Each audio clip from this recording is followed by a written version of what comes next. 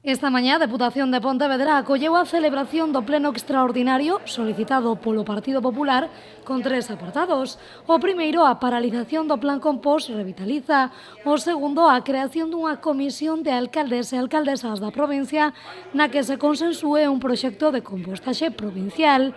E, por último, iniciar unha auditoría que avalíe os resultados do Plan Compost.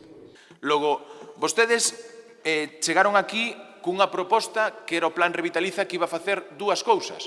Por un lado iba a reducir os números de residuos e por outro lado iba a reducir a factura que enviamos a Sogama.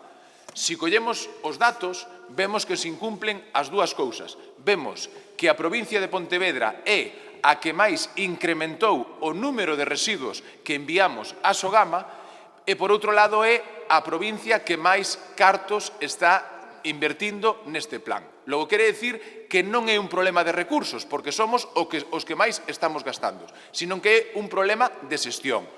Dende a coalición Son dixeron que a celebración deste pleno era totalmente prescindible. Dende a coalición Son pensamos que este pleno non ten sentido ningún. Os concellos están contentos con dito plan, a veciñanza tamén. Cambiar un modelo que funciona e ten futuro non ten sentido. Mudemos e critiquemos o que non funciona.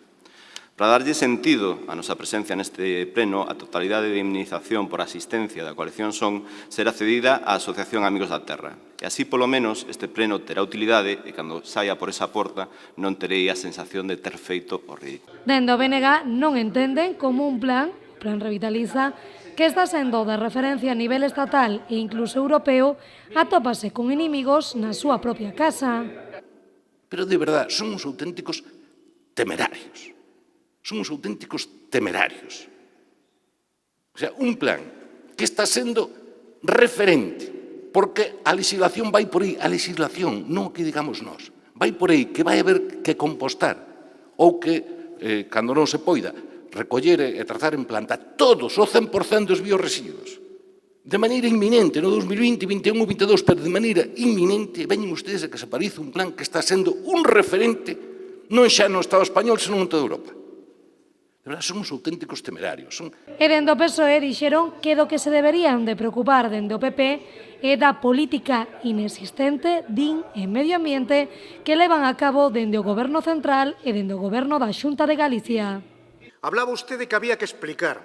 Son ustedes los que tendrían que explicar cuál es la política desde el Gobierno central y desde el Gobierno de Galicia de políticas medioambientales.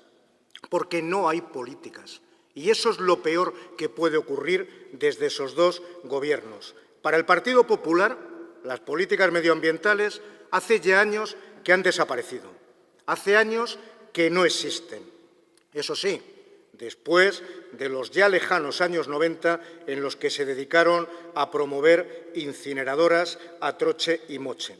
Un pleno que finalmente quedou sentenciado coa aposta da maioría dos deputados polo Plan Revitaliza. O PP foi o único partido que votou a favor de cada un dos puntos deste pleno, co cal ningún dos mesmos saiu adiante ou atoparse coa negativa do BNG, do PSOE e de Son.